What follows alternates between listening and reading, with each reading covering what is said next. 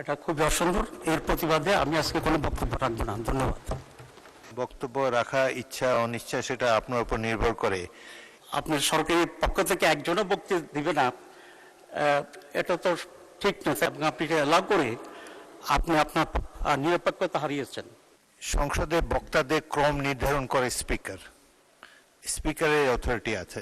আব্দুল্লাহ মোহাম্মদ তাহের, বিরোধী দলের উপনেতা, আপনার সময় 7 মিনিট।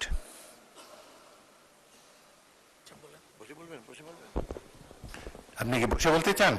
আপনি বসে বলেন, একটু চাপ হয়ে যাবে। বসে আমার রিকোয়েস্ট শুনেন, আপনি বসে অসুস্থ মানুষ তো আবেগে দাঁড়ায় যাচ্ছে।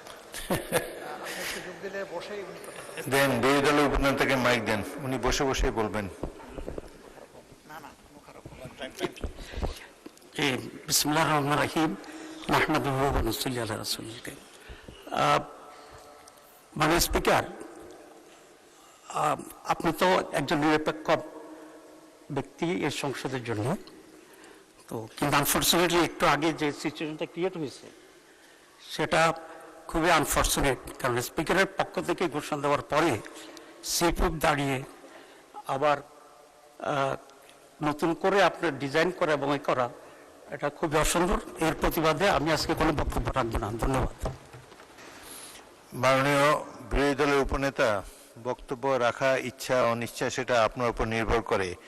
কিন্তু সাধারণত প্র্যাকটিস হলো যে যদি সরকারি দলের নেতারা বক্তব্য দেয় সেখানে চিফ হুইপ উপরে নিচে করতে পারেন কিছু। আবার বিরোধী দলের তরফ থেকেও যখন কথাবার্তা বলবেন, বিরোধী দলের চিফ হুইপও বক্তাকে উপরে নিচে দিতে পারেন। তো এখন আপনি যদি না বলেন, মাননীয় বিরোধী দলের নেতা, আপনি কি ওনার পরিবর্তে অন্য কাউকে দিতে বলবেন? আপনাদের 30 মিনিট সময় আপনার বক্তব্য রাখতে পারবেন। মাইক দেন, বিরোধী দলের উপনেতাকে মাইক দেন। চেয়ারটা বোধহয় খারাপ। মাননীয় স্পিকার, আসলে এখানে আমাদের যে সিরিয়ালটা দেওয়া হয়েছে এবং আপনি যেটা করছেন এই সম্পূর্ণ এখতিয়ার কিন্তু আপনার। বাকিরা বলতে পারে, আপত্তি করতে পারে।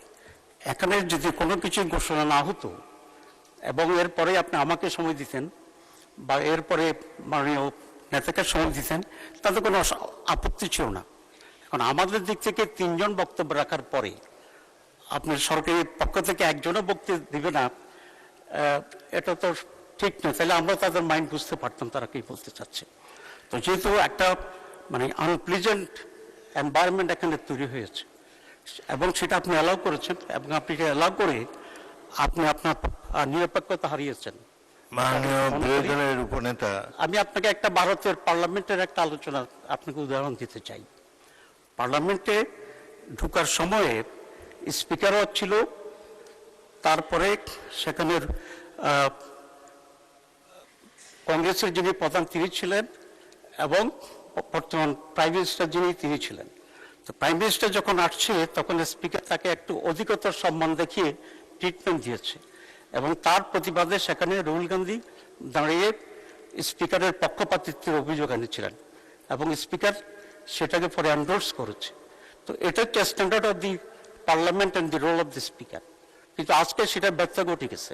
কারণ হচ্ছে এটা ব্যাখ্যা আপনাকে করতে হবে বা চিফ হুইপকে এটা করতে হবে যে একজনের নাম ঘোষণার পরে উনি সেটাকে চেঞ্জ করে আবার অপোজিশনের একজন বক্তাকে দেওয়ার জন্য উনি অনুরোধ করেছেন। এটার কারণটা কি, এটা আমরা একটু জানতে চাই। মাননীয় বিরোধী দলের উপনেতা, সংসদে বক্তাদের ক্রম নির্ধারণ করে স্পিকার। স্পিকারের অথরিটি আছে। তারপরেও এখানে কোনো তেমন কোনো বক্তা বা কোনো খারাপ পরিবেশ তো আমি দেখতে পাচ্ছি না। আমি তো উভয় দলের মধ্যে সহযোগিতার পরিবেশ এখনো দেখতে পাচ্ছি। সুতরাং তারা তাদের আধা ঘন্টা সময়ের মধ্যে টাইমটা নির্ধারণ করেছে। সংসদে গুরুত্বপূর্ণ 2 জন ব্যক্তি হলো সংসদ নেতা এবং বিরোধী দলের নেতা। তাদের যে সিরিয়ালটা এটা ব্রেক করা হয় না। তার মধ্যে যদি আপনি মনে করেন যে উপনেতাকে একটু সুযোগ দেওয়া হয় নাই বা কিছু, সেটা আপনি ভাবতে পারেন, কিন্তু এটা সিরিয়ালে কোনো ব্যত্যয় ঘটানো হয় নাই। দ্বিতীয়, ভারতের যে উদাহরণ আপনি দিলেন, সংসদ নেতার অনেক প্রিভিলেজ থাকে। সুতরাং প্রাইম মিনিস্টারকে যদি একটু টাইম বেশি দিয়ে থাকেন স্পিকার, সংসদ নেতাকে দিয়েছেন, প্রাইম মিনিস্টারকে দেন নাই, সংসদ নেতাকে দিয়েছেন, সুতরাং কিছু এরকম হতেই পারে।